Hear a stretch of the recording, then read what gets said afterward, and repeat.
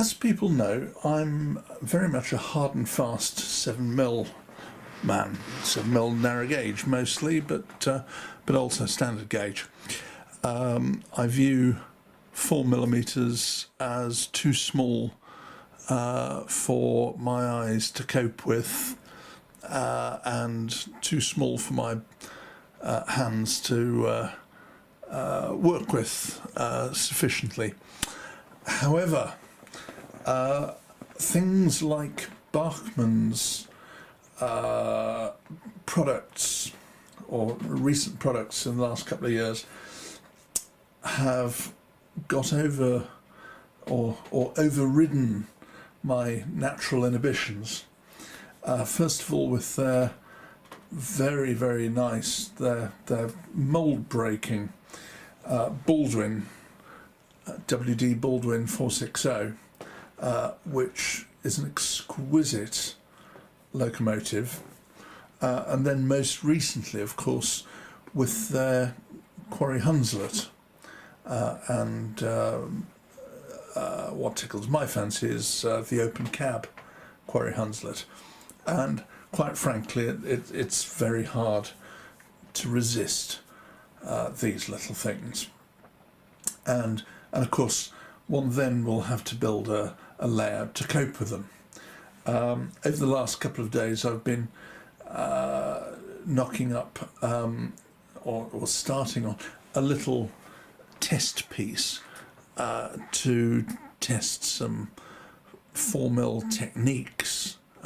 This is to help me learn how to make walls and things in 4mm, because I've never seriously modelled in 4mm in my life, and of course the size difference takes a little bit of getting used to. So that's what this is, and it provides me with 22 inches of track or so, and I've just got the track laid and bedded in today. So we have this gorgeous little Quarry Hunslet, which has already been weathered down, and also quite importantly, you might not be able to see at the moment, but it's had chopper couplings finished. I still have an aversion to the rather vast standard 009 couplings, and if I can do without them, of course I shall. So this is a trial with scale chopper couplings.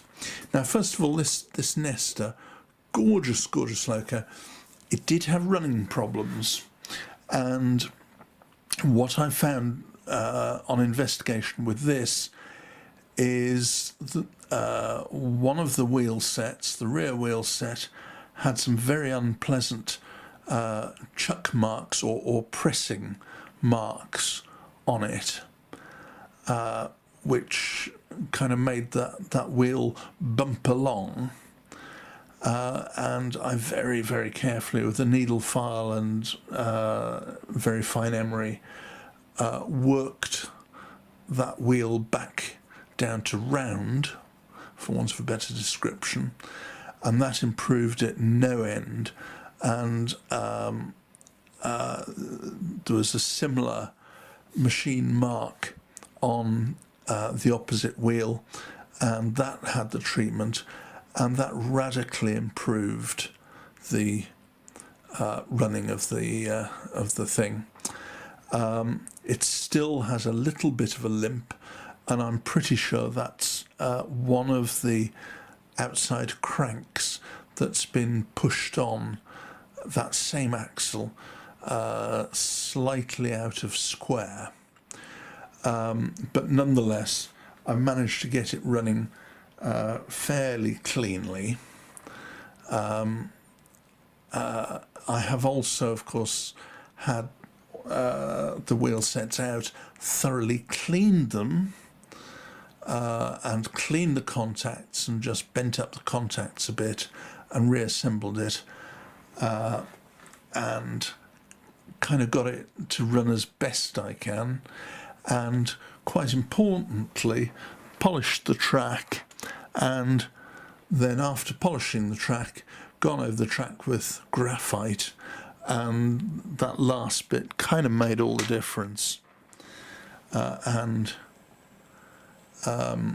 it's now running reliably, nice and smoothly and slowly, without stalling. So this is how it runs now.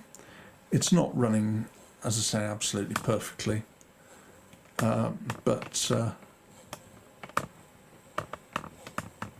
it's pretty reasonable, and I'm not going to get this any better. Now the front coupling is in shadow, so let us stop and reverse. I've got this on a 14, I put a DCC chip in, and it's got 14 speed. I've got it set for 14 speed settings, and I'm just going to try and shine the light so you can see what's going. On the front of the loco, we've got our little chopper couplings. Now these are resin printed on my Mars 2 Pro. They are very small. The chopper itself has a little tail to the back of it, and on the tail itself is glued a teeny bit of steel wire, which is attracted by any fixed uncoupling magnet, which, let us have a look. Now this cocktail stick shows the approximate position of the magnet,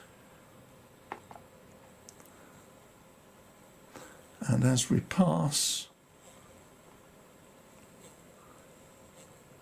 there the coupling flicks,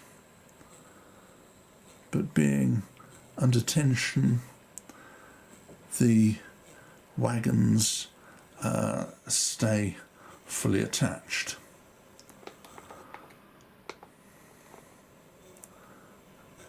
However, if I stop a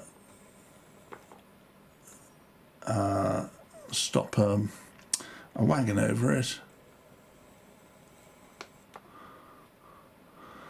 that's if I get like that, then we uncouple. Sorry, I haven't marked the position of the magnet sufficiently accurately. It's about there.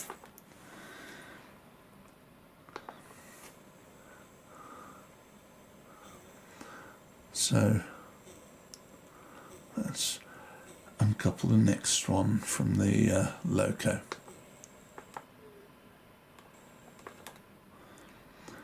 And pull away from that. Yeah. So I'm sure it's not foolproof, but it's not bad.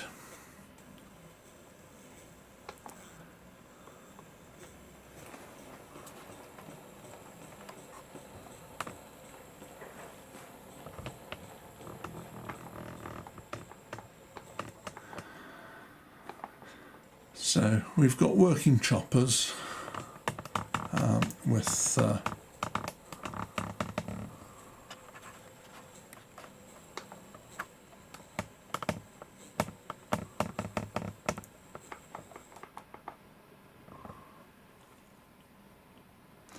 just set back onto that.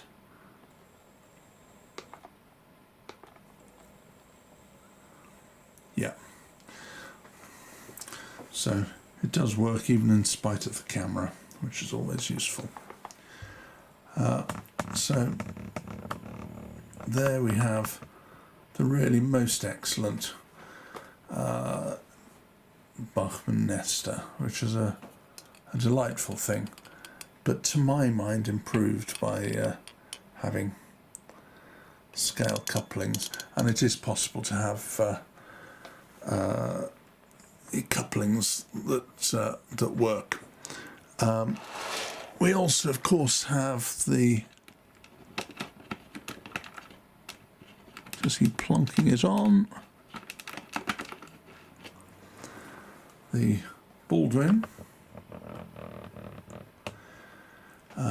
which is, yes, it's on the track. This is also DCC.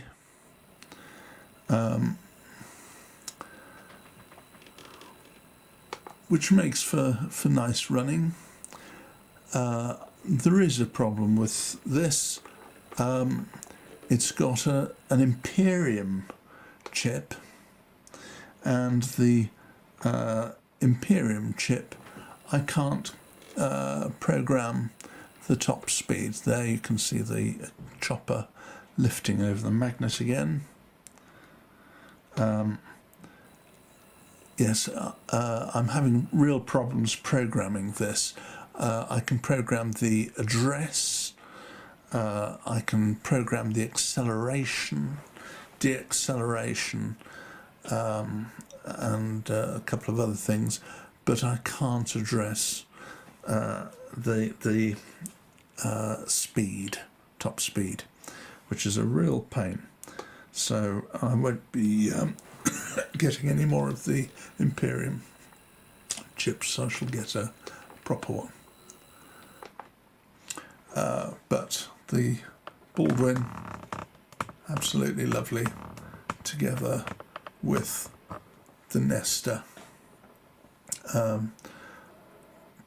Gorgeous, first class.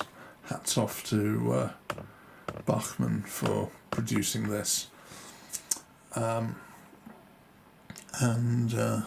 Yeah, that's progress. As I say, this is a test bed to help me learn about 4mm scenery in this context. So there we go.